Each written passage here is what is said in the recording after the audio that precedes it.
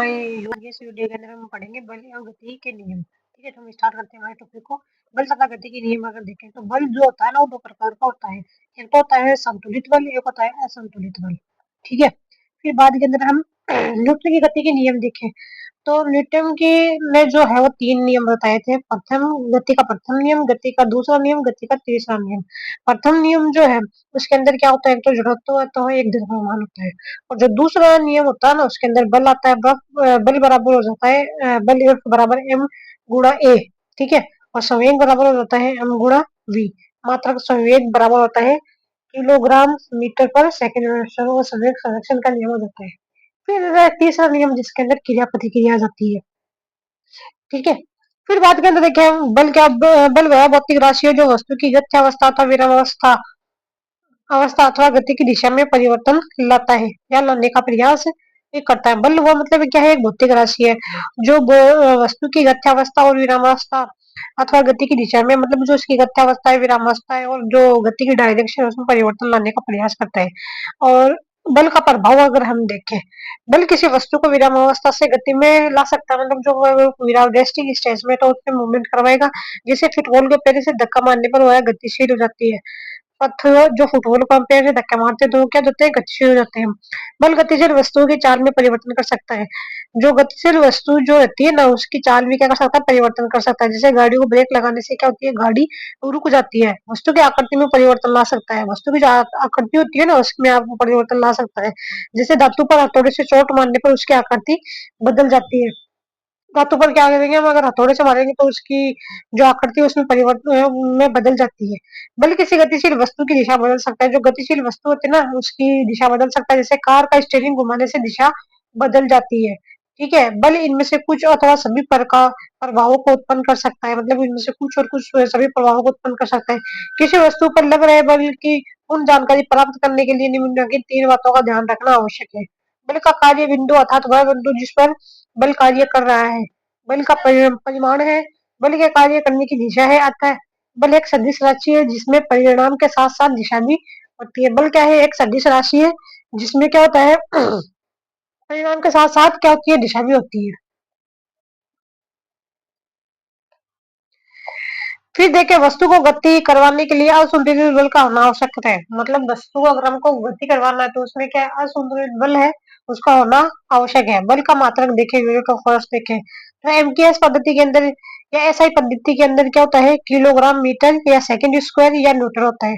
और सीजीएस पद्धति के अंदर हम देखें तो क्या होता है, ग्राम सेंटीमीटर और सेकंड स्क्वायर होता है। एफपीएस पद्धति के अंदर देखें पाउंड फीट सेकंड स्क्वायर या पाउंडल होता है। 1 न्यूटन बराबर होता है 10 की पावर 5 डाइन। फिर देखो संतुलित और असंतुलित बल देखें, अगर दोनों पिंडों के दोनों ओर से समान बल द्वारा खींचे जाते हैं, अगर दो पिंडों को दोनों ओर से समान बल द्वारा खींचा जाए तो ऐसी दिशा में पिंड गति नहीं कर सकता। तो ऐसी जो डायरेक्शन रहती है था उसमें जो पिंड है वो गति नहीं करता। इस तरह बल को संतुलित बल कहते हैं। और ये जो बल है इसको क्या कहेंगे, संतुलित बल कहते हैं। इनका परिणामी बल जो है वो शून्य होता है। परिणामी बल जो है वो शून्य होता है। लेकिन यदि दो भिन्न परिमाणों के विपरीत बल किसी पिंड को खींचते हैं, लेकिन यदि दो भिन्न परिमाणों के विपरीत बल किसी को दिशा में खींचते हैं तो इस अवस्था में पिंड अधिक बल वाली दिशा में खिसकना शुरू करेगा। अतः इस प्रकार के दोनों बल संतुलित नहीं है। और असंतुलित बल पिंड के खिसकने की दिशा में कार्य करता है, तो किसी भी पिंड पर लगने वाला असंतुलित बल उसे गति प्रदान करता है। फिर देखो संपर्क बल देखें हम, ऐसा बल जो वस्तु के संपर्क में आने के बाद पर ऐसा बल जो वस्तु के संपर्क में आने के बाद ही वस्तु पर लगाया जा सकता है। मतलब वस्तु अगर संपर्क में आएगी उसके बाद ही उसके ऊपर बल लगेगा तो उसे हम क्या कहेंगे, संपर्क बल कहेंगे। जैसे पेशीय बल है, घर्षण बल है और आदि है। फिर देखा असंपर्क बल, ऐसा बल जो वस्तु के बिना संपर्क में आए वस्तु पर लगता है, मतलब वस्तु का संपर्क में आए भी नहीं उस पर बल लग जाता है तो उसे हम क्या कहते हैं, असंपर्क बल कहते हैं। जैसे गुरुत्वाकर्षण बल है, चुंबकीय बल है और स्थिर विद्युत बल है। फिर विभिन्न प्रकार के बल देखें तो पेशीय बल है, स्थिर विद्युत बल है, चुंबकीय बल है, घर्षण बल है, गुरुत्वाकर्षण बल है, अभिकेंद्रीय बल है और अपकेंद्रीय बल है। सबसे पहले हम देखें पेशीय बल। यह बल हमारी मांसपेशियां लगाती है, जो हमारी मसल्स होती है ना वो लगाती है, इसलिए इसे पेशीय बल कहते हैं। मानव और पशु दोनों ही पेशीय बल लगाते हैं। ह्यूमन और जो एनिमल है वो दोनों ही पेशीय बल लगाते हैं। स्थिर विद्युत बल देखें, स्थिर विद्युत बल आवश्यक मध्य लगने वाले बल को स्थिर विद्युत बल कहते हैं। इससे आवश्यक मध्य जो बल लगता है उसे हम क्या कहते हैं, स्थिर विद्युत बल कहते हैं। जैसे स्केल व कंघे के रुखे वालों पर रगड़ने से उसमें स्थिर विद्युत बल आवेश आ जाता है। स्केल और कंघे में रुखे वाले और रगड़ने पर उसमें क्या जाता है, स्थिर विद्युत आवेश आ जाता है। इससे विद्युत आवेश बल लगता है। और कौन सा बल लगता है, विद्युत आवेश बल लगता था कंघे को खाज के छोटे टुकड़े पास ले जाने पर टुकड़े कंघे पर चिपक जाते हैं तथा कंघे को कागज के छोटे टुकड़े के पास ले जाने पर टुकड़े कंघे पर चिपक जाते हैं। ऐसा कागज से रगड़ा हुआ स्ट्रॉ दूसरा साधारण स्ट्रॉ को आकर्षित कर सकता है। जो कागज पर रगड़ा हुआ स्ट्रॉ ना, वो दूसरा साधारण स्ट्रॉ को क्या करता है, अपनी ओर आकर्षित करता है। लेकिन यदि साधारण स्ट्रॉ को भी कागज की शीट से रगड़ दिया जाए, जो साधारण स्ट्रॉ उसको भी कागज की शीट से रगड़ दिया जाए तो उसे प्रतिकर्षित करता है, तो उसको क्या करेगा, ये प्रतिकर्षित करेगा। कागज की शीट से रगड़े जाने पर स्ट्रो स्ट्रो स्थिर विद्युत आवेश उपार्जित कर लेता है। ऐसा स्ट्रो आवेशित वस्तु का एक उदाहरण है। इस कारण वह साधारण स्ट्रो को आकर्षित या प्रतिकर्षित करता है। आवेश Q1 तथा Q2 के मध्य कार्यरत स्थिर विद्युत बल को क्या कहते हैं, कूलाम कहते हैं। बराबर क्या होता है, K Q1 Q2 F R square, जहाँ K बराबर होता है 9 की पावर 9 गुणा 10 की power 9 newton metre square coulomb. ठीक है। फिर बाद के अंदर आता है चुंबकीय बल। दूसरा जो है चुंबक के कारण चुंबकीय पदार्थों पर लगने वाले बल को क्या कहते हैं, चुंबकीय बल कहते हैं। चुंबक के कारण चुंबकीय पदार्थों पर जो बल लगने वाले बल को क्या कहते हैं, चुंबकीय बल कहते हैं। आप देखें घर्षण बल, वह बल जो संपर्क में अभी दो वस्तुओं के खिसकने या फिसलने तथा संभावित अपेक्षित गति का विरोध करता है। मतलब जो बल संपर्क में अभी दो वस्तुओं के खिसकने या फिसलने तथा संभावित अपेक्षित गति का क्या करता है, विरोध करता है, उसे क्या कहते हैं, घर्षण बल कहते हैं। घर्षण बल सदैव संपर्क में आए तलों के समानांतर और वस्तु की अपेक्षित गति की विपरीत दिशा में कार्यशील होता है। घर्षण बल जो है सदैव संपर्क में आए तलों के समानांतर और वस्तुओं की अपेक्षित गति के विपरीत दिशा में कार्यशील होता है। ठीक है।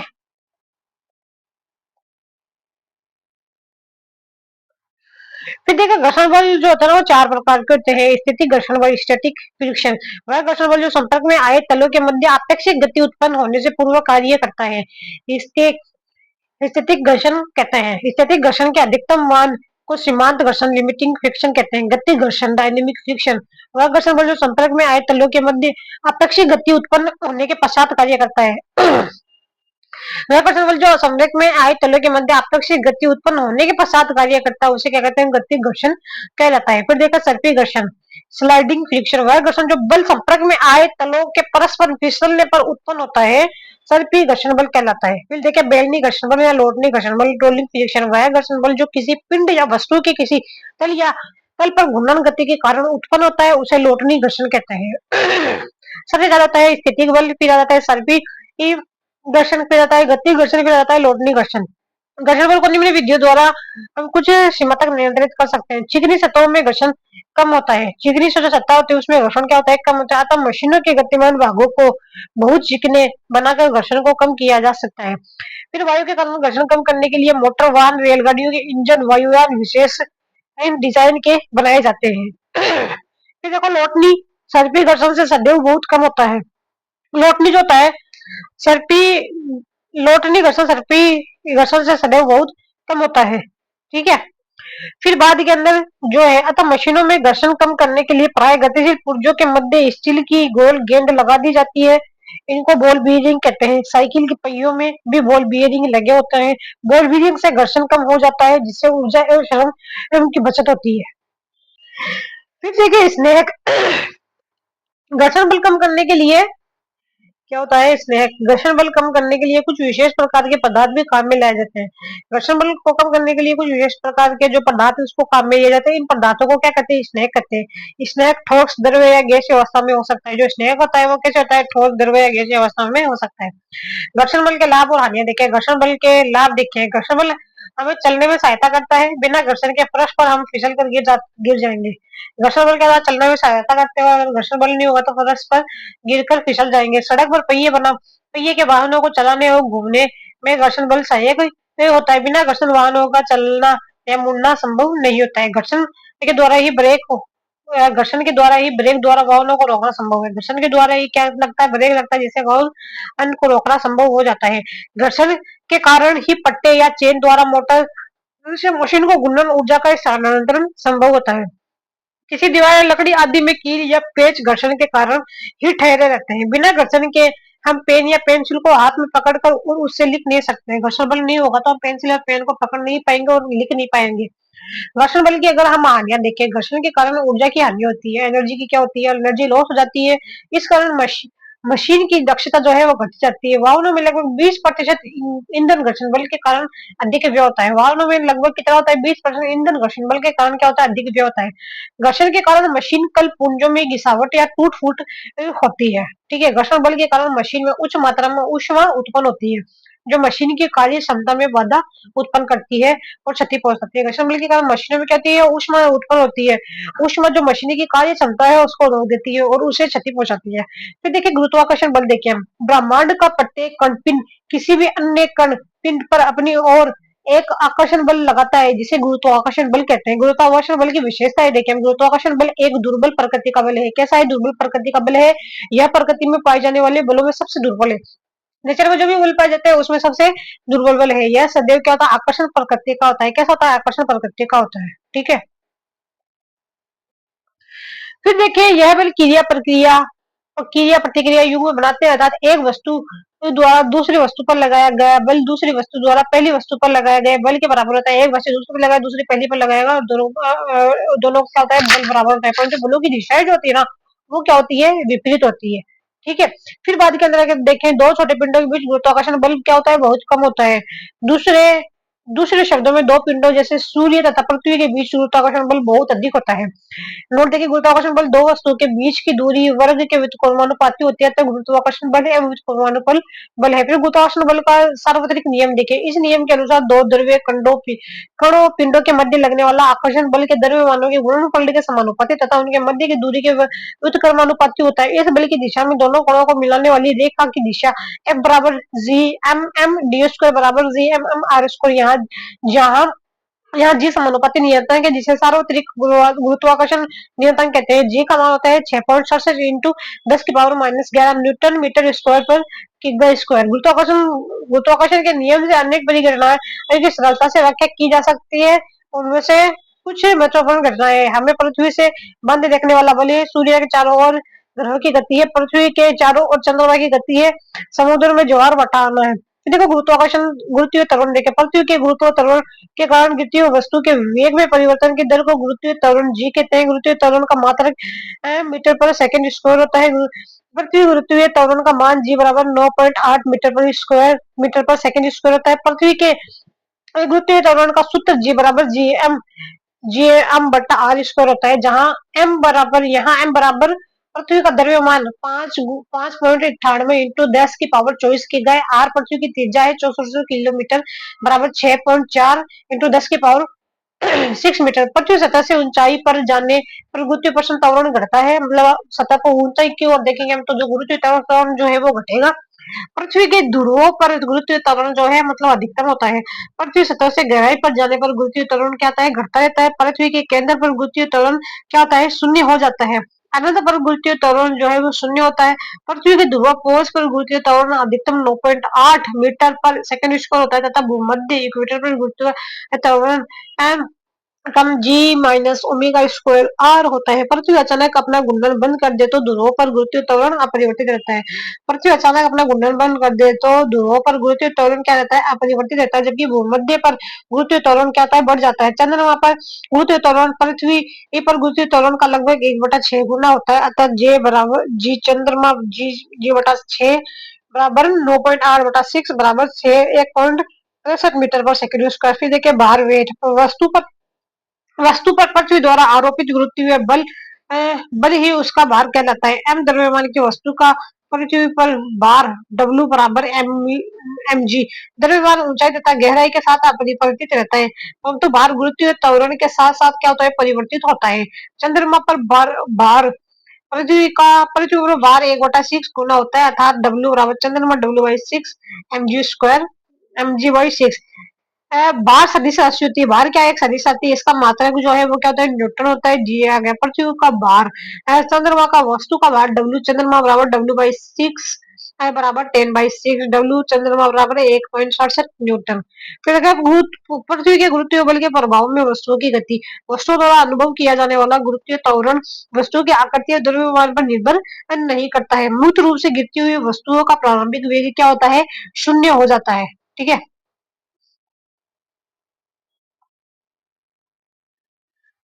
फिर देखिए, हम देखते हैं भारहीनता, वस्तु भार का आभास वस्तु पर लगने वाला प्रतिक्रिया बल के कारण होता है। यदि नीचे आती है, लिफ्ट के केबल टूट जाए तो लिफ्ट स्वतंत्रता पूर्वक नीचे की ओर गिरने लगती है, तो इसमें भारहीनता, शून्यता भार का अनुभव होगा। भारहीनता की अवस्था में प्रतिक्रिया बल R बराबर 0 होगा। इस प्रकार कृत्रिम उपग्रह निरंतर पृथ्वी के केंद्र की ओर मुक्त रूप से गिरता है, जिससे उसमें स्थित सभी वस्तुओं व जीव भारहीनता की अवस्था में रहता है, जिसके कारण अनेक रोचक परिणाम होते हैं। जैसे गिलास में भरा पानी गिलास उल्टा करने पर गिरेगा नहीं, क्योंकि गिलास को टेढ़ा करते ही गिलास का पानी भारी होने के कारण बूंदों के रूप में तैरने लगता है, जिससे अंतरिक्ष यात्री गिलास का पानी नहीं पी सकता। भोजन को पेस्ट के रूप में ट्यूब में दबाकर अंदर प्रवेश करना होता है। उपग्रह के भीतर सभी वस्तुओं का तैरती हुई अवस्था में होना। यदि अंतरिक्ष यात्री कृत्रिम उपग्रह में किसी स्प्रिंग तुल्ला पर खड़ा हो तो तुल्ला का पाठ्यांक शून्याङ्क प्राप्त होगा। यदि किसी वस्तु को उपग्रह अगर डोरी से लटका दे तो डोरी में तनाव शून्य होता है। कोई भी वस्तु कृत्रिम उपग्रह में भारहीनता महसूस करती है, जबकि प्राकृतिक उपग्रह में ऐसा नहीं होता है। प्राकृतिक उपग्रह का द्रव्यमान अधिक होने के कारण वह वस्तु अपना गुरुत्वाकर्षण बल लगाता है। कृत्रिम उपग्रह का द्रव्यमान कम होने के कारण वह वस्तु पर नगण्य गुरुत्वाकर्षण बल लगता है, जिससे वस्तु कृत्रिम उपग्रह में भारीनता महसूस करती है। केपलर ने ग्रहों की गति के 3 नियम दिए हैं, जिन्हें केपलर के नियम कहा जाता है। वह न्यूनतम वेग जिससे किसी वस्तु को छोड़ने पर वह वस्तु पृथ्वी के गुरुत्वाकर्षण बल को पार कर जाए, पलायन वेग कहलाती है, जिसका मान 11.2 किलोमीटर पर सेकेंड होता है। ठीक है। फिर देखिए अभिकेंद्रीय बल, किसी वृत्तीय मार्ग पर एक समान चाल से गति करते हुए पिंड पर एक बल कार्य करता है, जिसकी दिशा सदैव केंद्र की ओर रहती है। इस बल को केंद्रीय बल कहते हैं। इस बल की अनुपस्थिति में वृत्तीय गति संभव नहीं है। अब केंद्रीय बल, जब कोई वस्तु किसी वृत्ताकार मार्ग पर गति करती हो तो वृत्तीय मार्ग के केंद्र के विपरीत दिशा में एक बल अनुभव होता है, जिसे आप केंद्रीय या बल कहते हैं। यह एक आभासी बल है, जिसकी उत्पत्ति वस्तु के जड़त्व गुण के कारण होती है। जैसे यदि कोई व्यक्ति कार से यात्रा कर रहा है और कार अचानक बाईं ओर घूम जाए, जो व्यक्ति को दाईं ओर की तरफ एक झटका लगता है, जो कि अपकेंद्री बल के कारण होता है। वॉशिंग मशीन में कपड़े इसी सिद्धांत पर साफ होते हैं। फिर देखिए संरक्षी बल, वे बल जिनके द्वारा किसी कण या वस्तु को एक पूर्ण चक्र या बंद पथ में घुमाने में किया गया कुल कार्य क्या होता है? शून्य होता है। अर्थात डब्ल्यू कुल बराबर क्या होता है? 0। इन बलों के द्वारा गतिज ऊर्जा परिवर्तित नहीं होती है, जैसे गुरुत्वीय या बल, स्थिर विद्युत बल, चुंबकीय बल, स्प्रिंग बल, प्रत्यानयन बल आदि संरक्षी बल है। फिर देखिए असंरक्षी बल, वे बल जिनके द्वारा किसी कण या वस्तु को एक पूर्ण चक्र या बंद वक्र में घुमाने में किया गया कार्य शून्य नहीं होता है, असंरक्षी बल कहते हैं। अर्थात डब्ल्यू कुल नॉट इक्वल टू 0। इन बलों द्वारा गतिज ऊर्जा क्या होती है? परिवर्तित होती है, जैसे घर्षण बल तथा श्यान बल असंरक्षी बल है। केपलर के ग्रह गति के नियम, केपलर के ग्रह गति के नियम टाइको ब्राहे के प्रयोग पर आधारित है। ठीक है।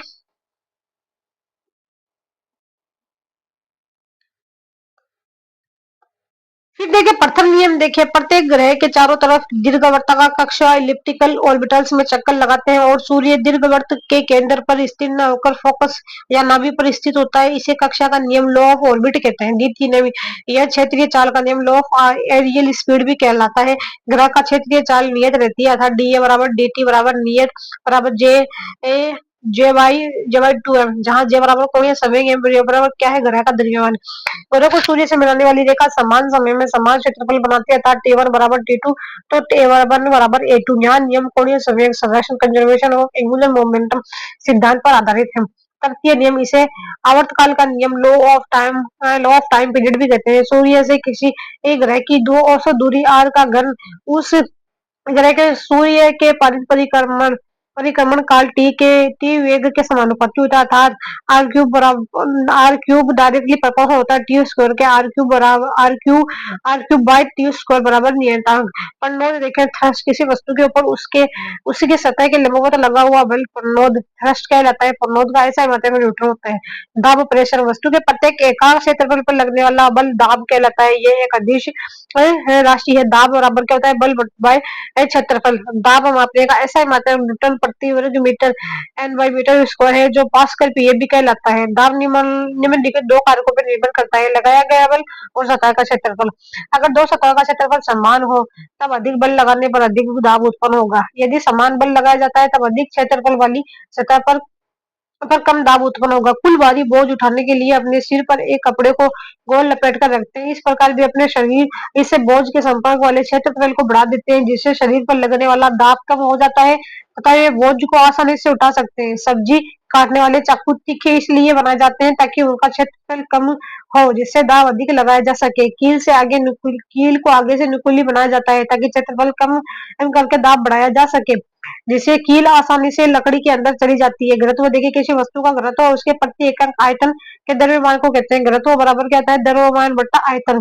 घनत्व का मान भिन्न भिन्न पदार्थों के लिए भिन्न भिन्न होता है। किसी पदार्थ के नमूने का घनत्व उस पदार्थ की शुद्धता की जांच में सहायता करता है। किसी पदार्थ का अपेक्षित घनत्व उस पदार्थ का घनत्व व पानी के घनत्व का अनुपात है। अर्थात अपेक्षित घनत्व क्या होता है?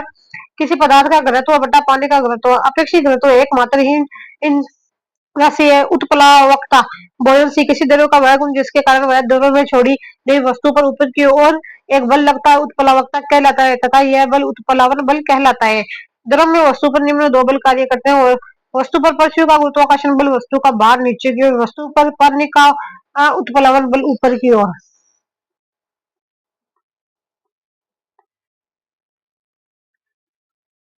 फिर देखिए, किसी वस्तु का पानी में डूबना या तैरना उपयोग दोनों बलों के अपेक्षित मानों पर निर्भर करता है। यदि वस्तु का भार उत्प्लावन बल से अधिक है तो वस्तु क्या होगी? पानी में डूब जाएगी। यदि वस्तु का भार उत्प्लावन बल से कम है तो वस्तु पानी में आंशिक रूप से डूबकर तैरेगी। यदि वस्तु का भार उत्प्लावन बल के बराबर है तो वस्तु पानी में डूबकर तैरती रहेगी। किसी वस्तु के जल में तैरने और डूबने का ज्ञान उस वस्तु के घनत्व से प्राप्त किया जा सकता है। यदि वस्तु का घनत्व जल के घनत्व से कम है तो वह वस्तु जल में तैरेगी। इसके विपरीत यदि वस्तु का घनत्व जल के घनत्व से अधिक है तो वस्तु जल में डूब जाएगी। आर्किमिडीज का सिद्धांत। जब किसी वस्तु को किसी तरल में पूर्ण या आंशिक रूप से डुबाया जाता है तो वह वस्तु ऊपर की दिशा में एक बल अनुभव करती है जो वस्तु द्वारा हटाए गए तरल के भार बराबर होता है। यदि बल उत्प्लावन बल कहलाता है, यह बल उत्प्लावन बल कहलाता है। इसे आर्किमिडीज का सिद्धांत कहते हैं। उपयोग देखिए, यह पदार्थों का अपेक्षित घनत्व ज्ञात करने में उपयोगी है। यह जलावनों और पनडुब्बियों के डिजाइन बनाने में प्रयोग किया जाता है। दुग्ध मापी तथा हाइड्रोमीटर आर्किमिडीज के सिद्धांत पर है। दूध मापी दूध की शुद्धता मापने के लिए तथा हाइड्रोमीटर द्रव का घनत्व ज्ञात करने में प्रयुक्त होता है। पानी में बर्फ का तैरना भी इससे समझा जा सकता है। चाल देखिए, किसी वस्तु की चाल उसके द्वारा तय की गई दूरी को उस दूरी को चलाने के लिए दिए गए समय में विभाजित करके प्राप्त होती है। चालक का मूल मात्रक मीटर प्रति सेकंड होता है। चाल बराबर क्या होता है? तय की गई कुल दूरी बटा लिया गया कुल समय। नियत चाल से गति करने वाली वस्तु का दूरी समय ग्राफ एक सरल रेखा होता है। यदि किसी सरल रेखा के अनुदिश गति करने वाली वस्तु की चाल परिवर्तित होती रहती है तो उस वस्तु की चाल असमान कही जाती है। इसके विपरीत किसी इस सरल रेखा के अनुदिश वस्तु की नियत चाल से गति एक समान गति कहलाती है। एक दूसरी एक का ऐसा ही मात्रक मीटर तथा समय का AI मात्रक सेकंड होता है। गति किसी वस्तु, कण अथवा पिंड की स्थिति का समय के साथ निरंतर बदलना क्या कहलाता है? गति कहलाता है तथा समय के साथ स्थिति का नहीं बदलना वस्तु की विराम अवस्था को व्यक्त करता है। गति या स्थिर अवस्था सदैव ही इन निर्देश बिंदु जिसे मूल बिंदु कहते हैं के सापेक्ष मापी जाती है। गति के प्रकार देखें तो होती है सरल रेखीय गति। सरल रेखीय गति कहते हैं अनुदिश वस्तु की गति है। उदाहरण, सीधी सड़क पर वाहन की गति, फिसल पट्टी पर फिसलता वाहन। वर्ताकार गति, वर्ताकार पथ पर गतिशील कण या वस्तु की गति। उदाहरण है कोल्हू के बेल की गति, पत्थर को रस्सी से बांधकर घुमाना। दोलनी गति, माध्य स्थिति के इर्द गिर्द नियत समय अंतराल में दोहराई जाने वाली दोलनी गति कहलाती है। उदाहरण, पेंडुलम की गति, झूला झूलता हुआ बच्चा। चरम बिंदु, चरम मध्यमान बिंदु। वेग क्या होता है? चरम बिंदु न्यूनतम होता है, मध्यम बिंदु अधिकतम होता है। विस्थापन, चरम बिंदु अधिकतम होता है और मध्यम बिंदु क्या होता है? न्यूनतम होता है। गतिज ऊर्जा, चरम बिंदु कहता है न्यूनतम और शून्य होता है और मध्यमान क्या होता है? अधिकतम होता है। स्थितिज ऊर्जा अधिकतम होती है और न्यूनतम अथवा शून्य होता है मध्यमान। ठीक है।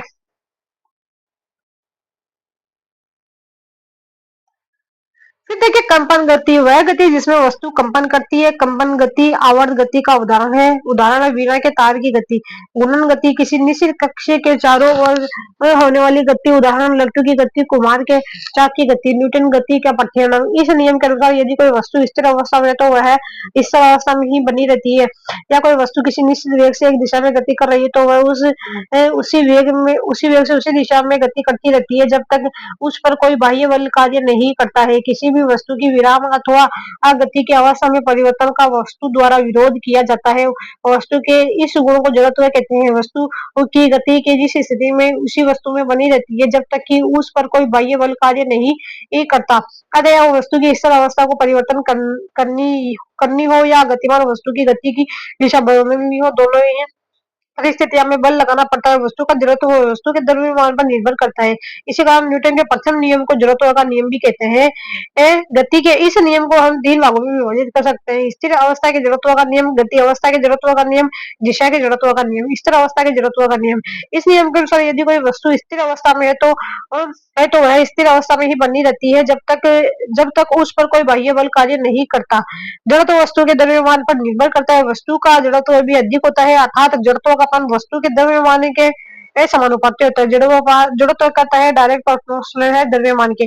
दैनिक जीवन में जड़त्व पर आधारित कुछ घटनाएं इस प्रकार है। स्थिर कार या बस को अचानक तेज चला देने पर उसमें बैठे यात्री के पीछे की ओर धक्का अनुभव होने का कारण यात्री स्थिर अवस्था में जड़त्व में है। कम्बल गर्द लगे दरियों को लटका कर जब डंडे से प्रहार किया जाता है तो धूल के कण पटक हो जाना भी यही कारण है। घोड़े पर सवार बैठा है तो घोड़ा अचानक दौड़ना आरंभ कर दे तो प्राय सवार पीछे की ओर गिर पड़ता है। इस कारण भी स्थिर अवस्था का जड़त्व का ही। यह फल लगे पेड़ की डाल को जब हिलाते हैं तो उससे उससे फल गिरने का कारण भी स्थिर अवस्था का जड़त्व है। जब एक गिलास पर रखे कार्डबोर्ड को उंगली से धक्का दिया जाता है तो उस पर रखा सिक्का गिलास में गिर जाता है। यह स्थिर अवस्था के जड़त्व के नियम का अनुरूप है। गति अवस्था के जड़त्व का अनुरूप इस नियम के अनुसार यदि कोई वस्तु की गति कर रही है तो वह समान वेग से सीधी रेखा में गति करती ही रहेगी जब तक कि उस पर कोई बाह्य बल कार्य नहीं करता। गति अवस्था में जड़त्व का उदाहरण लंबी कूद में एक खिलाड़ी कूदने से पहले तेज रफ्तार से दौड़ता हुआ आता है। कूदने से समय जड़त्व के कारण उसके शरीर के सामने वाली गति बनी रहती है अतः वह अधिक दूरी तक कूदने में सफल होता है। तेज रफ्तार से चलती हुई बस को ब्रेक लगाकर एकाएक रोका जाता है तो बस में बैठा यात्री आगे की ओर झुक जाते हैं। इसी कारण गति अवस्था का जड़त्व है। जब कोई व्यक्ति चलती हुई गाड़ी, बस, रेलगाड़ी से कूदता है तो और तब जड़त्व के कारण मुंह के बल आगे की ओर गिर जाता है। दिशा के जड़त्व का नियम यदि रस्सी के एक सिरे पर पत्थर बांधकर उसे क्षैतिज तल में घुमाया जाए तत्पश्चात रस्सी को काट दिया जाए तो पत्थर दिशा के जड़त्व के कारण स्पष्ट रेखा की दिशा में दूर चला जाता है। फिर देखिए जब कोई बस वर्तीय मार्ग पर मुड़ती है तो उसमें बैठे यात्री पर केंद्र के बाहर की ओर दिशा के जड़त्व के कारण बल कार्य करता है। न्यूटन की गति का द्वितीय नियम देखें। न्यूटन ने अपनी द्वितीय नियम के कथन में संवेग की धारणा को प्रस्तुत किया। गति करती हुई किसी वस्तु का संवेग उसके द्रव्यमान एवं वेग के गुणनफल से परिभाषित किया जाता है। यदि किसी गतिशील वस्तु के द्रव्यमान को m तथा वेग को v से व्यक्त करे तो वस्तु का वेग p बराबर mv होता है। संवेग सदिश राशि है तथा इसकी दिशा जो वेग की होती है। वस्तु के संवेग में परिवर्तन की दर उस पर लगने वाले असंतुलित बल की दिशा में बल के समानुपाती होती है। बराबर क्या होता है dp बाई dt बराबर ma। संवेग का ऐसा ही मात्रा किलोग्राम मीटर पर सेकंड स्क्वायर होता है। न्यूटन गति के दूसरे नियम में हमें बल मापने की विधि मिलती है। बल को उस वस्तु में उत्पन्न त्वरण तथा वस्तु के द्रव्यमान के गुणनफल से प्राप्त किया जा सकता है। बराबर क्या होता है ma। गति के द्वितीय नियम के गणितीय सूत्र F बराबर ma के उपयोग से गति के प्रथम नियम को गणितीय रूप से प्राप्त किया जा सकता है। बराबर एम में ए बराबर होता है v minus U by T. You बराबर क्या है प्रारंभिक वेग, v बराबर क्या है अंतिम वेग। F बराबर M V minus U by T. F बराबर या एफ टी बराबर M V minus M U. अर्थात जब F बराबर 0 हो तो किसी भी समय t पर v बराबर म्यू होगा। इसका अर्थ यह है कि वस्तु समान वेग म्यू से चलती रहेगी। यदि म्यू शून्य है तो v भी शून्य होगा अर्थात वस्तु विराम अवस्था में ही रहेगी। क्रिकेट खिलाड़ी के कैच लपकते समय हाथों को पीछे की ओर खींच कर संवेग में परिवर्तन की दर को धीमा करते हैं। एग्जाम्पल देखिए, एक 5 किलो द्रव्यमान वस्तु पर 2 सेकंड के लिए एक नियत बल कार्यरत होता है। यह वस्तु के वेग को 3 मीटर पर सेकंड से बढ़ाकर 7 मीटर पर सेकंड कर दिए जाए तो लगाए गए बल की मात्रा ज्ञात करें। यदि इस बल को 5 सेकंड के लिए आरोपित किया जाए तो वस्तु का अंतिम वेग क्या होगा। हमें ज्ञात है कि म्यू बराबर 3 एम मीटर एस मीटर पर सेकंड और v बराबर क्या है 7 एम एस माइनस 1 टी बराबर 2s है और m बराबर क्या है 5 की। समीकरण f बराबर m माइनस यू बराबर टी मान रखने पर f बराबर 5 की 7 minus metre square minus 3 metre 3 metre second minus 1/2s बराबर 10 न्यूटन। अब अगर 5 सेकेंड t बराबर 5s तक बल लगाया जाए तो समीकरण को पुनः लिखकर अंतिम वेगों को प्राप्त किया जा सकता है। v बराबर mu plus F T by M U F M और t का मान रखकर अंतिम वेग v बराबर 13 m s-1। किसमें अधिक बल की आवश्यकता होगी? 2 किलोग्राम द्रव्य वाली किसी वस्तु को 5 मीटर सेकेंड-2 की दर से त्वरित में या करने में या किलोग्राम द्रव्य वाली वस्तु को 2 मीटर सेकेंड-2 की दर से त्वरित करने में। तो इसका तो हमको देखना पड़ेगा क्योंकि ये मेरे को नहीं आता है। संवेग संरक्षण देखें। दो वस्तुओं के संवेग का योग वस्तुओं के टकराने के पहले और टकराने के बाद बराबर रहता है जबकि उन पर कोई असंतुलित बल कार्य न कर रहा हो। इस वेग के संरक्षण का नियम कहते हैं। इसे इसे इस प्रकार भी व्यक्त कर सकते हैं कि दो वस्तुओं का कुल संवेग वस्तुओं के टकराने की प्रक्रिया में अपरिवर्तनीय या संरक्षित संरक्षित रहता है। ठीक है। फिर देखिए रेखीय संवेग का अगर हम रेखीय संवेग देते हैं संरक्षण सिद्धांत न्यूटन की गति के द्वितीय नियम से रेखीय संवेग संरक्षण का सिद्धांत प्राप्त होता है। यदि F बराबर 0 तो P बराबर नियत या P I बराबर PF जहाँ P1 बराबर प्रारंभिक रेखीय संवेग PF बराबर अंतिम रेखीय संवेग।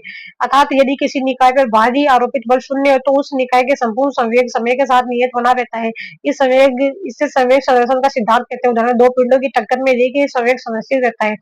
m1 बराबर माइनस म्यू और m2 बराबर माइनस म्यू वन।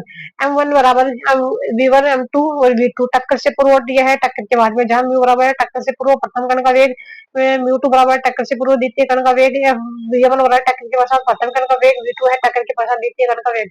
संयोग संरक्षण सिद्धांत m1 v1 plus m2 v2 बराबर m1 v1 plus m2 v2। Rocket की नोट है रॉकेट की गति प्रतिक्रिया नियम तथा रेखीय संवेग संरक्षण सिद्धांत पर आधारित है। बंदूक से गोली चलाने में बंदूक का पीछे की तरफ प्रतिशंतित होना प्रतिक्रिया नियम तथा रेखीय संवेग पर संरक्षण सिद्धांत पर आधारित है।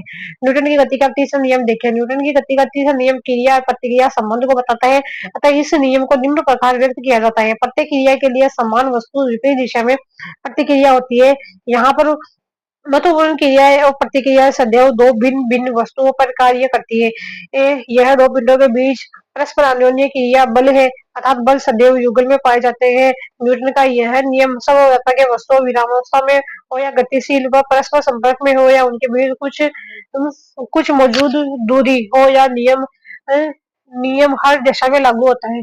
गति के तीसरे नियम पर आधारित कुछ उदाहरण। पानी में तैरते समय कोई तैराक आगे बढ़ने के लिए अपने हाथों या पैरों से पानी पीछे की ओर धकेलता है बल लगाता है। ये बल की ये प्रतिक्रिया ही उसे आगे की ओर धकेलती है। नाव चलाने पर पानी को पतवारों से पीछे की ओर धकेलते हैं। पानी द्वारा नाव पर एक प्रतिक्रियात्मक बल सामने की ओर लगता है जिससे नाव आगे की ओर बढ़ जाती है। वायुयान के प्रोपेलर के ब्लेड वायु के पीछे की ओर फेंकते हो तो वायु द्वारा लगने वाला प्रतिक्रियात्मक बल से वायुयान आगे बढ़ जाता है। जब बंदूक से गोली दाग दी जाती है तब गोली पर बल आगे की ओर लगता है परंतु बंदूक का द्रव्यमान गोली की तुलना में बहुत अधिक होने से बंदूक पीछे की ओर बहुत कम वेग से चलती है। बंदूक चलाने वाले एक एक कंधे को झटका अनुभव होता है। जब रॉकेट छोड़े जाते हैं तब रॉकेट के पिछले भाग से गैस अत्यधिक तेज गति से निकलती है और एक क्रिया का फलस्वरूप रॉकेट पर गैस निकलने की विविध दिशा में बल लगने के कारण फलस्वरूप रॉकेट ऊपर उठता है। इन उदाहरणों से निम्न निष्कर्ष निकलते हैं। प्रत्येक क्रिया को प्रतिक्रिया होती है। क्रिया और प्रतिक्रिया के बल विविध एवं बराबर होते हैं। क्रिया और प्रतिक्रिया बल भिन्न भिन्न वस्तुओं पर कार्य करते हैं अतः परस्पर इनका संतुलन संभव नहीं है। फिर देखें न्यूटन के पहले नियम में हमें बल की गुणात्मक एवं दूसरे नियम हमसे उसके मात्रात्मक मापन की विधि प्राप्त होती है। न्यूटन का तीसरा नियम हमें लगाए गए बलों के बारे में जानकारी देता है। इस नियम से हम दो वस्तुओं पर एक साथ लगने वाले पारस्परिक बलों के संबंध में अध्ययन करते हैं। 2 किलो के एक पिस्टल से 22 ग्राम द्रव्यमान की एक गोली 150 मीटर पर सेकंड इस मीटर पर सेकंड -1 के 36 वेग से छोड़ी जाती है तो पिस्टल के पीछे हटाने के वेग की परिकल्पना करनी है। गोलक केंद्रीय मान ये है न्यूमेरिकल जो कि मुझे नहीं आता है। ये सारे के सारे क्वेश्चन ही है। क्वेश्चन तो देख लेते हैं आंसर बाद में देखेंगे। फिर देखो 40 एक सेकेंड जो 40 केजी द्रव्यमान वाली एक लड़की 5 मीटर पर सेकंड मीटर सेकंड -1 के 36 वेग से 3 केजी वर्तमान वाली स्थिर गाड़ी पर कूदती है। गाड़ी के पहिए घर्षण रहित है। गाड़ी के गति 12 प्रारंभिक करने की अवस्था में लड़की का वेग क्या होगा? मान लीजिए क्षैतिज दिशा में कोई असंतुलित बल कार्य नहीं ये कर रहा है। ठीक है, फिर यह नेक्स्ट क्वेश्चन। एक रेलगाड़ी विरामावस्था से चलना प्रारंभ करती है और 5 मिनट में 72 किलोमीटर प्रति घंटा का वेग प्राप्त कर लेती है। माना कि त्वरण एक सामान्य तो त्वरण का मान होगा, क्या होगा?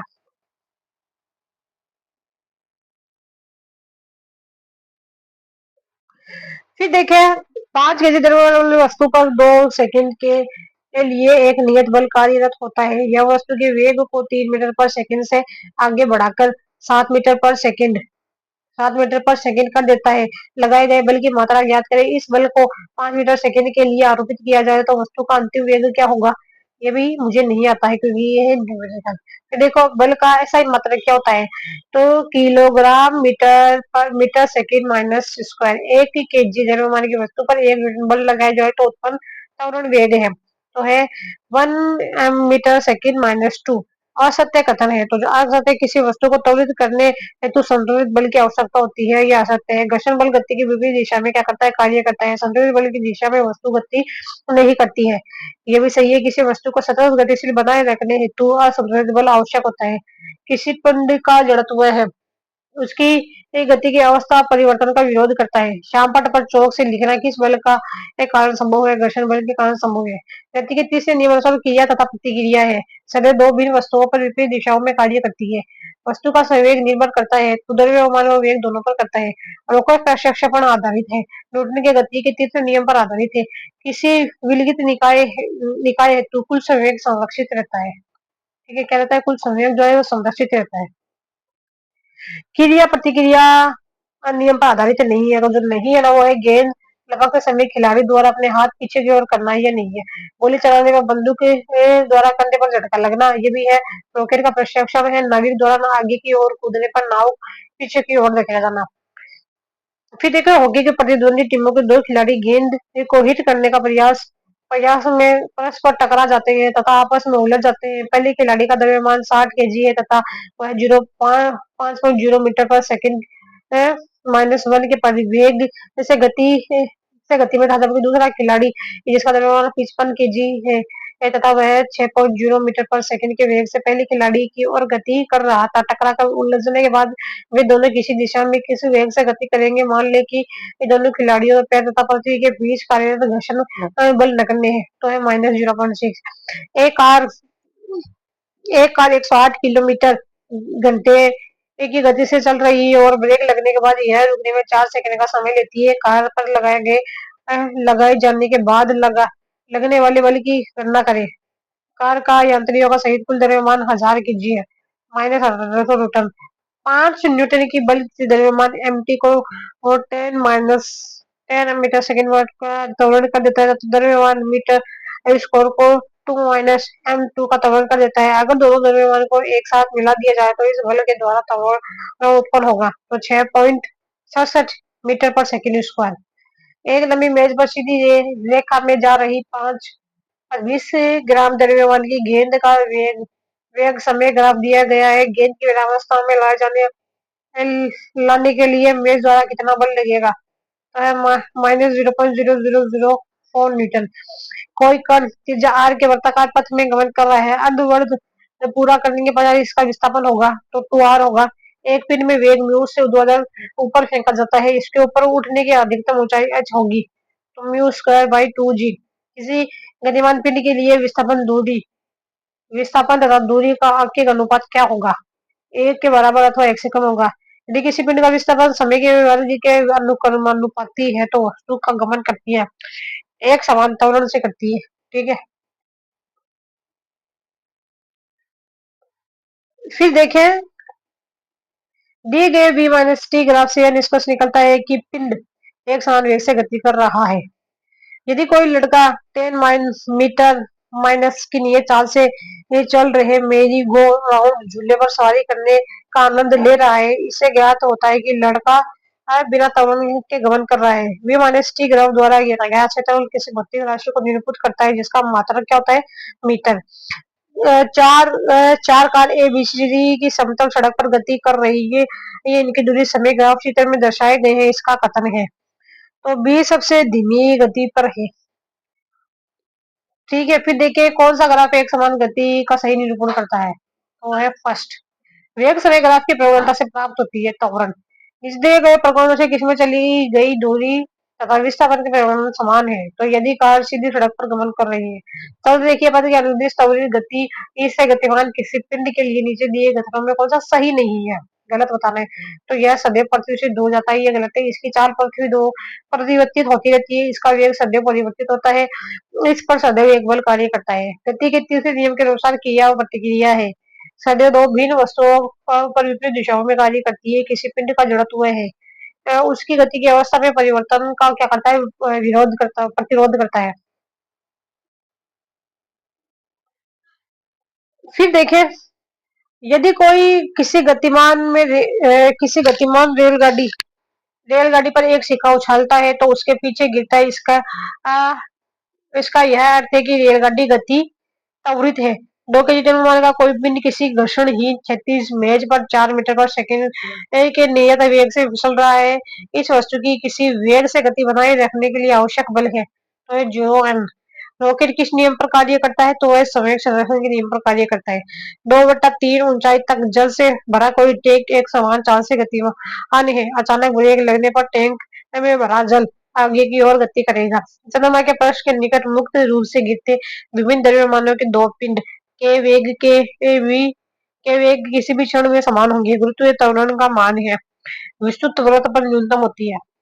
फिर देखो, दो पिंडों के बीच गुरुत्वाकर्षण बल F, यदि दोनों पिंडों के द्रव्यमान उनके बीच की दूरी समान रखते हुए आधे कर दिए जाए तो गुरुत्वाकर्षण बल हो जाएगा, F/4 हो जाएगा। कोई लड़का डोरी से बंधे पत्थर किसी क्षैतिज वृत्ताकार पथ में घुमा रहा है, तो यदि डोरी टूट जाए तो वह पत्थर वृत्ताकार पथ में किसी सरल रेखीय स्पर्शी के अनुदिश गति करेगा।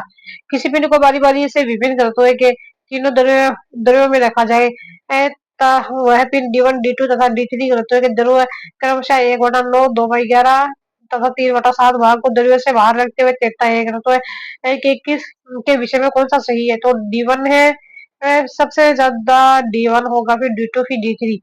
समान F बराबर GM by GMM by D square में राशि जी है। तो जी जो है प्रकृति का सार्वत्रिक नियतांक है। गुरुत्वाकर्षण के नियम में गुरुत्वाकर्षण बल है, द्रव्यमान रखने वाले किसी दो पिंडों के बीच होता है ये। फिर देखिए, गुरुत्वाकर्षण बल के नियम में राशि जे का मान है, पृथ्वी के द्रव्यमान त्रिज्या पर निर्भर नहीं करता है। फिर दो कण कुछ दूरी पर रखे हैं, यदि दोनों कण के द्रव्यमान दोगुने कर दिया जाए तथा इनके बीच की दूरी अपरिवर्तित रखे तो इनके बीच का गुरुत्वाकर्षण बल होगा 4 गुना हो जाएगा। वायुमंडलीय पृथ्वी से जकड़ा हुआ है, तो वह गुरुत्व बल द्वारा है। एकांक दूर दूर पर स्थित दो एकांक द्रव्यमान के बीच आकर्षण बल कहलाता है, तो सार्वत्रिक गुरुत्वीय नियतांक कहलाता है। आर त्रिज्या की पृथ्वी के केंद्र पर किसी पिंड का भार 0 होता है। किसी पिंड का वायु में भार 10 न्यूटन है, जल में पूरा डुबाने पर इसका भार केवल 8 न्यूटन है। पिंड द्वारा विस्थापित जल का भार होगा तो 2 न्यूटन होगा। कोई लड़की 60 सेंटीमीटर लंबी, 40 सेंटीमीटर चौड़ी तथा 20 सेंटीमीटर ऊंची किसी बॉक्स पर तीन ढंग से खड़ी होती है। बॉक्स द्वारा लगाया गया दाब है, तब अधिकतम होगा जब आधार चौड़ाई व ऊंचाई से बना हो। कोई सेब किसी वृक्ष से पृथ्वी पर सेब पृथ्वी पृथ्वी और सेब के बीच गुरुत्वाकर्षण बल के कारण गिरता है, यदि पृथ्वी द्वारा सेब पर आरोपित बल परिमाण F1 तथा सेब द्वारा पृथ्वी पर आरोपित बल परिमाण F2 है, तो F1 और F2 क्या होंगे, बराबर होंगे। गुरुत्वाकर्षण बल जिससे सूर्य या पृथ्वी को आकर्षित करता है, तो वो कौन सा है, तो वह उस बल के समान होता है जिसके द्वारा पृथ्वी सूर्य को आकर्षित करेगी। वह बल दोनों के बीच की दूरी के अनुसार बदलता है। प्रकाश का वेग अधिकतम होता है, निर्वात में अधिकतम होता है। प्रकाश का वेग जो है कहाँ होता है, निर्वात में अधिकतम होता है।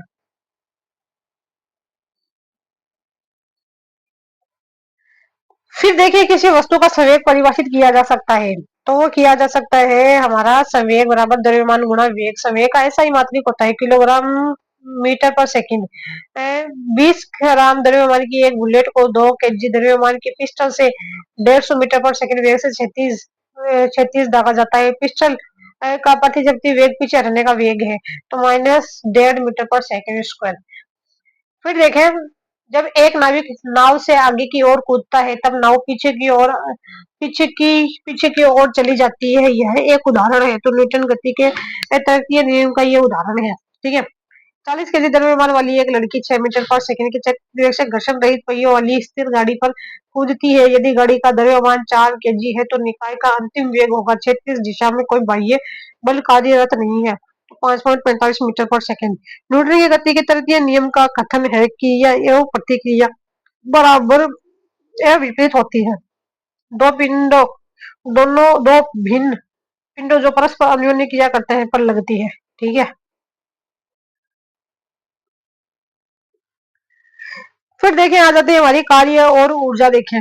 वर्क क्या होता है? बल का उपयोग करके किसी वस्तु की विरामावस्था में परिवर्तन करना अथवा गतिशील वस्तु के वेग में परिवर्तन करना ही कार्य है। कार्य का परिणाम निम्न दिशाओं पर निर्भर करता है। वस्तु पर कोई बल लगना चाहिए, वस्तु का विस्थापन होना चाहिए। कार्य बराबर क्या होता है? बल गुणा बल की दिशा में विस्थापन। नियत बल द्वारा किया गया कार्य किसी बल द्वारा किसी कण पर किया गया कार्य या उस कण पर कार्यरत बल F तथा विस्थापन S के अधीश गुणनफल के बराबर होता है। F बराबर क्या होता है? WS बराबर F cos थीटा। जहाँ थीटा बराबर बल तथा विस्थापन के मध्य का कोण होता है। एफ देखो जब थीटा बराबर 0 डिग्री हो तो डब्ल्यू बराबर F S cos theta. W बराबर होता है एफ। इस स्थिति में किया गया कार्य धनात्मक अधिकतम होता है। इस स्थिति में वस्तु की गतिज ऊर्जा में वृद्धि होती है। कार्य धनात्मक होता है जब बल वस्तु की गति दिशा में लगाया जाता है। फिर देखा थीटा बराबर 90 डिग्री है तो W F cos theta 90 degree है बराबर 0। इस स्थिति में किया गया कार्य शून्य होता है। इस स्थिति में वस्तु की गतिज ऊर्जा अपरिवर्तित रहती है। चंद्रमा पृथ्वी के चारों ओर तरफ गोलीय पथ में गति करता है। यहाँ पर पृथ्वी का गुरुत्वीय बल चंद्रमा की गति की दिशा के साथ 90 डिग्री कोण बनाता है। अतः किया गया कार्य क्या होता है? शून्य होता है। फिर देखा जब थीटा बराबर 100 डिग्री हो तो डब्ल्यू बराबर F cos theta 1 degree 180 degree हो जाएगा। डब्ल्यू बराबर हो जाएगा माइनस एफ कोस हो जाएगा। इस स्थिति में किया गया कार्य ऋणात्मक न्यूनतम होता है। इस स्थिति में वस्तु की गतिज ऊर्जा में कमी होती है और ऋणात्मक तब कार्य ऋणात्मक तब होता है जब बल वस्तु की गति के विपरीत दिशा में लगाया जाता है। ठीक है। फिर देखिए कार्य के मात्रक यूनिट ऑफ वर्क देखें। कार्य क्या है? एक अदिश राशि थी एम कैसे ऐसा ही पद्धति में कार्य का मात्रक न्यूटन गुणा मीटर बराबर क्या होता है? किलो किलोग्राम मीटर स्क्वायर बटा सेकंड स्क्वायर बराबर जूल होता है। सीजीएस पद्धति में कार्य का मात्रक डाइन इंटू सेंटीमीटर बराबर क्या होता है? ग्राम सेंटीमीटर स्क्वायर बटा सेकंड स्क्वायर बराबर अर्ग होता है। एक जूल बराबर का होता है 10 की पावर 7 अर्ग। किसी वस्तु पर 5 न्यूटन बल लग रहा है। बल की दिशा में वस्तु 2 मीटर विस्थापन होती है। यदि विस्थापन होते समय लगातार वस्तु पर बल लगता रहे तो किया गया कार्य होगा 5 n गुणा 2m बराबर 10 की पावर nm या 10 जूल एनर्जी। किसी वस्तु द्वारा कार्य करने की क्षमता को ही ऊर्जा कहते हैं। किसी भी कार्य के लिए ऊर्जा की आवश्यकता होती है। इस प्रकार कार्य ही ऊर्जा का मापदंड है। अतः ऊर्जा का मात्रक वही है जो कार्य का मात्रक है। यदि 1 जूल कार्य करना हो तो आवश्यक ऊर्जा की मात्रा भी 1 जूल होगी। ऊर्जा अदिश राशि होती है। ऊर्जा का मात्रक एसआई मात्रक जूल होता है। ऊर्जा का सीडीएस मात्रक अर्ग होता है। अन्य मात्रक ए इलेक्ट्रॉन वोल्ट। 1 इलेक्ट्रॉन वोल्ट बराबर 1.6 इंटू 10 की पावर माइनस जूल। बी बराबर होता है कैलोरी 0.18 जूल लगभग 0.20 जूल। 1 जूल बराबर होता है 0.24 कैलोरी। ऊर्जा का व्यवसायिक मात्रक किलोवाट घंटा होता है। 1 किलोवाट बराबर 3.6 इंटू 10 की पावर 6। फिर देखें यांत्रिक ऊर्जा मैकेनिकल एनर्जी। किसी वस्तु की यांत्रिक ऊर्जा उसकी गतिज ऊर्जा व स्थितिज ऊर्जा के योग के बराबर होती है जिससे वह वस्तु कार्य करती है। उदाहरण के लिए एक खींचे हुए धनुष में पता स्थितिज ऊर्जा के कारण यांत्रिक ऊर्जा रहती है जिसे तीर दूर तक चला जाता है। एक चलती हुई कार में यांत्रिक ऊर्जा उसकी गति ई के कारण गतिज ऊर्जा होती है। यांत्रिक ऊर्जा गतिज ऊर्जा ई के यांत्रिक ऊर्जा बराबर गतिज ऊर्जा प्लस स्थितिज ऊर्जा और ई पी बराबर होती है स्थितिज ऊर्जा। गतिज ऊर्जा काइनेटिक एनर्जी किसी वस्तु में निहित ऊर्जा और जो जो उसकी गति के कारण गतिज ऊर्जा कह जाती है। पेड़ से गिरता हुआ फल, नदी में बहता हुआ पानी, उड़ता हुआ हवाई जहाज, चलती हुई कार, उड़ता हुआ पक्षी, तेज हवा आदि सभी कार्य करने की क्षमता में उनमें विद्यमान गतिज ऊर्जा के कारण होती है। बराबर द्रव्यमान एक समान वेग v से गतिमान वस्तु की गतिज ऊर्जा E के बराबर होता है 1/2 mv²। गतिज ऊर्जा सदैव धनात्मक होती है। अब वस्तु के द्रव्यमान वेग पर निर्भर करती है। गतिज ऊर्जा वेग की दिशा पर निर्भर करती है। गतिज ऊर्जा E के बराबर होता है 12 mv²। E के बराबर होता है p²/2m। एक देखें ई के ये यदि वस्तु एक समान वेग से गतिमान हो तो गतिज ऊर्जा द्रव्यमान के समानुपाती होगी, अर्थात ई के बराबर डायरेक्टली प्रोपोर्शनल एम तथा वी बराबर समान। उदाहरण 5 केजी तथा 10 केजी द्रव्यमान के दो पिंडों के वेग समान हो तो 10 केजी द्रव्यमान वाले पिंडों की गतिज ऊर्जा अधिक होगी। देखो ई के बराबर p²/2m। यदि वस्तु एक समान वेग से चलती है तो गतिज ऊर्जा द्रव्यमान के कर्मानुपाती होती है, अर्थात ई के डायरेक्टली प्रोपोर्शनल होती है 1/m जब p बराबर समान। उदाहरण 5 केजी तथा 10 केजी द्रव्यमान के दो पिंडों का संवेग समान हो तो 5 केजी द्रव्यमान वाले पिंडों की गतिज ऊर्जा क्या होगी? अधिक होगी।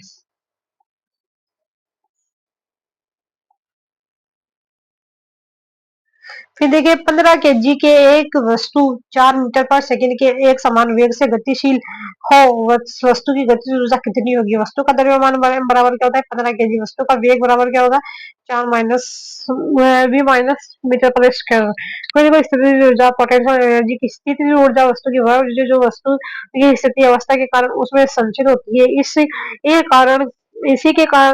ऊर्जा के कारण वस्तु में कार्य करने की क्षमता आ जाती है, जैसे बांध के पानी में संचित ऊर्जा, गुल्लेल व तीर कमान में संचित ऊर्जा, घड़ी की स्प्रिंग में संचित ऊर्जा, खिलौना कार की कसी हुई स्प्रिंग में संचित ऊर्जा, वस्तु को सामान्य स्थिति ऐसे किसी अन्य अवस्था तक लाने की जितना कार्य किया गया उसका परिणाम ही नवीन ऊर्जा में उस वस्तु की स्थितिज ऊर्जा के बराबर होगा। इस बराबर ऊंचाई ई पर स्थित वस्तु की स्थितिज ऊर्जा mgh होगी। m बराबर द्रव्यमान, g बराबर है गुरुत्वीय त्वरण, h बराबर है ऊंचाई। जब यह वस्तु गिरती है तो इसकी स्थितिज ऊर्जा गतिज ऊर्जा में परिवर्तित होगी। यदि किसी ए, यदि किसी दिए हुए क्षण पर वस्तु का वेग v है तो गतिज ऊर्जा 12 mv² होगी। जब वस्तु जैसे जैसे गिरती है इसकी स्थितिज ऊर्जा कम होती जाती है तथा गतिज ऊर्जा जो है बढ़ती जाती है। जब वस्तु धरती पर पहुंचने वाली होती है तो h बराबर 0 होगा तथा इस अवस्था में वस्तु का अंतिम वेग v अधिकतम हो जाएगा। इसलिए अब गतिज ऊर्जा 12 mv² अधिकतम अर्थात तथा स्थितिज ऊर्जा न्यूनतम होगी। स्थितिज ऊर्जा द्रव्यमान स्थितिज ऊर्जा वस्तु के द्रव्यमान पृथ्वी तल से ऊंचाई वस्तु के आकार में परिवर्तन पर निर्भर करती है। 10 केजी द्रव्यमान की एक वस्तु से धरती इससे 6 मीटर की ऊंचाई तक उठाया गया इस वस्तु में विद्यमान ऊर्जा का परिकलन कीजिए। जी का मान 9.8 मीटर पर सेकंड स्क्वायर है। फिर देखिए ऊर्जा देखिए ऊष्मा देखें और उसका संक्षिप्त उदाहरण देखें। ऊष्मा ऊर्जा जलती हुई वस्तु या गर्म वस्तु में निहित ऊर्जा। उदाहरण है कोयले की ऊष्मा से इंजन चलाना, पेट्रोल या डीजल इंजन से वाहन चलाना। रासायनिक ऊर्जा रासायनिक क्रिया द्वारा प्राप्त ऊर्जा, बैटरी, भोजन, कोयला, रसोई गैस आदि। प्रकाश ऊर्जा सूर्य अथवा बल्ब इत्यादि के प्रकाश में निहित ऊर्जा। धूप से वस्तुएं गर्म होना और सरल सौर सेल से विद्युत बनाना। विद्युत ऊर्जा आवेशों के प्रवाह से प्राप्त ऊर्जा, बल्ब से रोशनी करना, विद्युत पंखा, विद्युत मोटर आदि का चलना। चुंबकीय ऊर्जा चुंबकीय क्षेत्र में निहित ऊर्जा, चुंबक से लोहे की वस्तु में आकर्षण। ध्वनि ऊर्जा ध्वनि कंपन में निहित ऊर्जा, विभिन्न वाद्य यंत्रों के कंपन से प्राप्त ध्वनि। परमाणु ऊर्जा नाभिक के विखंडन या संलयन से प्राप्त ऊर्जा, परमाणु नाभिकीय भट्ठी से विद्युत ऊर्जा। कार्य ऊर्जा परिमेय वर्क एनर्जी थ्योरम। इस प्रमेय के अनुसार किसी बल द्वारा किसी पिंड पर किया गया कार्य इस पिंड की गतिज ऊर्जा में परिवर्तन के बराबर होता है, अर्थात।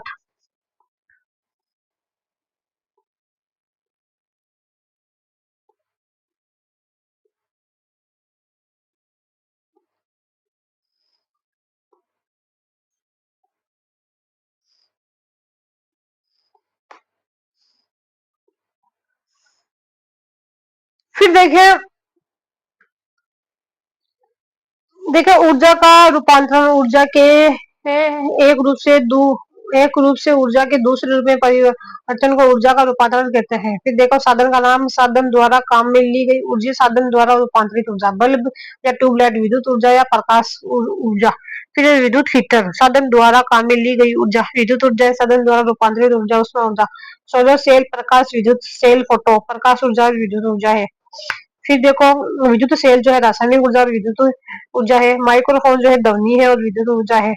और लाउड स्पीकर जो है विद्युत ऊर्जा और ध्वनि ऊर्जा है। डीजल इंजन जो है ईंधन ऊर्जा है और यांत्रिक ऊर्जा है। नाभिक के भट्टी परमाणु ऊर्जा और विद्युत ऊर्जा है। और पवन चक्की पवन ऊर्जा है और पवन विद्युत ऊर्जा है। डायनमो है विद्युत जनित्र, यांत्रिक ऊर्जा है विद्युत ऊर्जा है, विद्युत मोटर जो है विद्युत ऊर्जा है, यांत्रिक ऊर्जा है, मोमबत्ती जो है रासायनिक ऊर्जा और प्रकाश ऊर्जा, प्रकाश संश्लेषण प्रकाश ऊर्जा है, रासायनिक ऊर्जा है, डिस्टकारी रेक्टिफायर एसी और डीसी है, इन्वर्टर जो है डीसी और एसी है, टेलीफोन प्रेषित्र ध्वनि ऊर्जा है विद्युत ऊर्जा है, टेलीफोन अभिग्राही विद्युत ऊर्जा और ध्वनि ऊर्जा। पन बिजली घर हाइड्रो इलेक्ट्रिक पावर हाउस पानी की स्थिति ऊर्जा पहले गतिज ऊर्जा में परिवर्तित होती है तथा बाद में विद्युत ऊर्जा में बदल जाती है, तब ये बिजली घर थर्मल पावर हाउस कोयले की रासायनिक ऊर्जा से ऊर्जा पहले ऊष्मा ऊर्जा में परिवर्तन होता है तथा बाद में यह ऊष्मा ऊर्जा विद्युत ऊर्जा में परिवर्तित हो जाती है। महासागरीय तापीय ऊर्जा ताप में अंतर का उपयोग पृष्ठ जल तथा गहरे जल में ताप का अंतर सागरीय तापीय ऊर्जा रूपांतरण विद्युत संयंत्र ओटीईसी ocean thermal energy conservation plant में ऊर्जा प्राप्त करने के लिए किया गया है।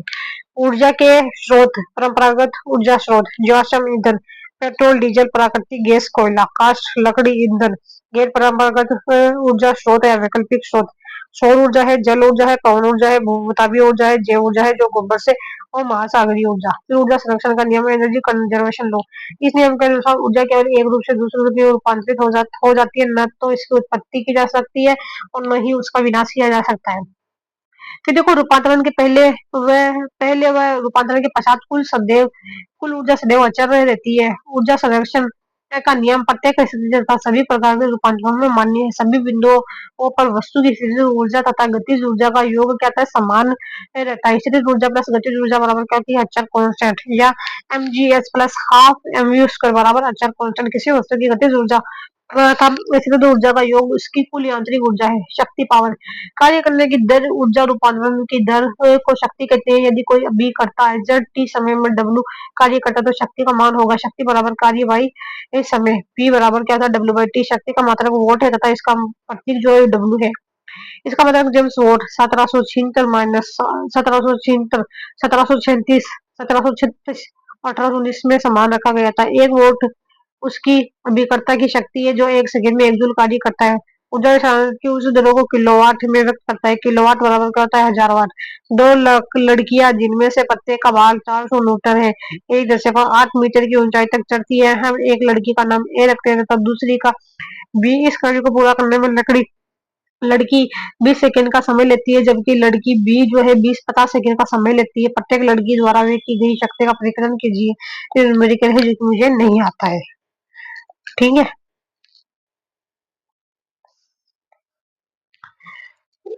फिर देखिए ऊर्जा का व्यावसायिक मात्रक जब ऊर्जा बहुत छोटा मात्रक है अर्थात यह ऊर्जा की बड़ी राशियों को व्यय करने के लिए असुविधाजनक है इसलिए हम ऊर्जा का एक बड़ा मात्रक उपयोग में लाते हैं जिसे किलोवाट कहते हैं। 1 किलोवाट घंटा ऊर्जा की वह मात्रा जो 1 किलोवाट से किसी स्रोत को 1 घंटा तक उपयोग करने में व्यय होगी। किलोवाट घंटा तथा जूल में संबंध 1 किलोवाट बराबर क्या होता है 1 किलोवाट इंटू 1 H। ये भी क्या है न्यूमेरिकल है जो कि मेरे को नहीं आता है। घरों में तथा व्यवसाय संस्थानों में व्यय होने वाली ऊर्जा को प्राय किलोवाट 1 घंटा में व्यक्त करते हैं। 1 महीने में उपयोग की गई विद्युत ऊर्जा को न्यूटन के रूप में व्यक्त करते हैं जहाँ 1 न्यूटन का अर्थ है 1 किलोवाट पे है। उदाहरण 60 वाट एक विद्युत बल्ब प्रतिदिन 6 घंटे उपयोग किया जाता है। बल्ब द्वारा एक दिन में खर्च की गई ऊर्जा की यूनिट का परिकलन कीजिए। विद्युत बल्ब की शक्ति बराबर 60 W 0.6 किलो W। फिर देखो कौन सी जीवाश्म ईंधन नहीं है तो पवन ऊर्जा नहीं है माइक्रोफोन विद्युत ऊर्जा को ध्वनि ऊर्जा में बदल देता है। एच सॉरी ध्वनि ऊर्जा को विद्युत ऊर्जा में बदल देता है जो कि स्थिर वस्तु की स्थिति ऊर्जा होगी mgh। असत्य कथन पहचानी है तो दोनों ही असत्य है दोनों ही सही है। गतिज ऊर्जा सदैव धनात्मक होती है। गतिज ऊर्जा वस्तु के द्रव्यमान और वेग पर निर्भर करती है। चलती हुई कार में नियुक्त ऊर्जा होती है तो वो कौन सी है यांत्रिक ऊर्जा होती है। विद्युत आवेश द्वारा उत्पन्न ऊर्जा कहलाती है विद्युत ऊर्जा कहलाती है। दूसरी वस्तु है गर्म होना जिसका उदाहरण है प्रकाश ऊर्जा। परमाणु के विखंडन से प्राप्त ऊर्जा है परमाणु ऊर्जा। यह 1 जूल कार्य करने तो आवश्यक ऊर्जा की मात्रा होगी 1 जूल होगी। कार्य का अंतरराष्ट्रीय मात्रक होता है जूल होता है। सत्य कथन पहचानी है तो कार्य के लिए विस्थापन अनिवार्य है। ठीक है।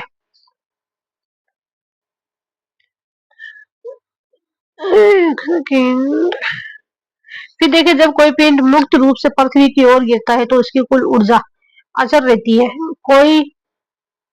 कोई कार किसी समतल सड़क पर त्वरित होकर आरंभिक वेग का 4 गुना वेग प्राप्त कर लेती है। इस प्रक्रिया में कार की स्थितिज ऊर्जा परिवर्तित नहीं होती है।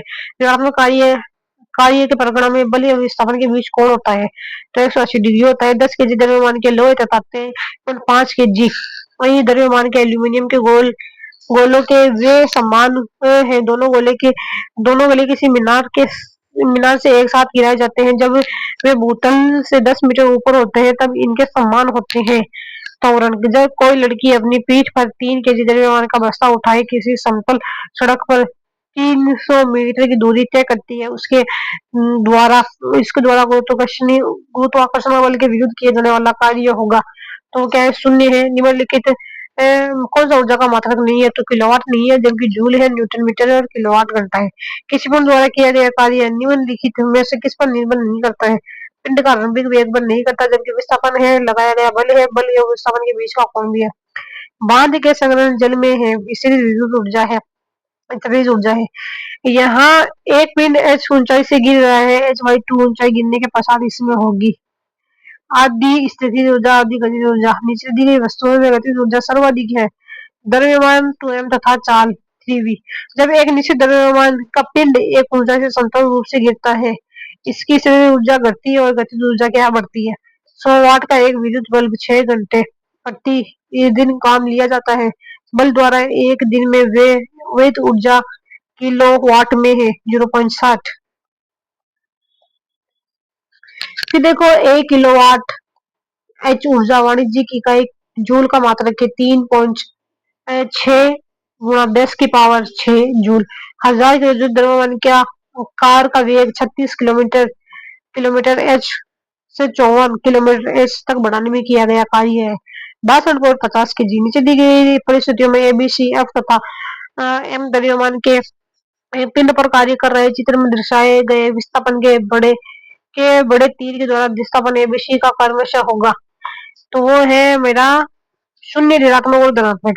10 केजी का एक द्रव्यमान मेज में बिंदु ए पर है, इसे ए से 2 मीटर दूरी पर स्थित बिंदु बी तक खिसकाया जाता है। बी एक क्षैतिज रेखा पर स्थित है तो गुरुत्व बल द्वारा किया गया कार्य होगा शून्य होगा। प्रारंभ में एक गोलाकार गुब्बारे का व्यास 8 सेंटीमीटर, ये प्रारंभिक व्यास का 5/2 गुणा व्यास बनने पर फट जाता है। इससे हवा 88 सेंटीमीटर क्यूब सेकंड की दर पर भरी जाती है। गुब्बारा कितने सेकंड में फट जाएगा? 1911 सेकंड में फट जाएगा।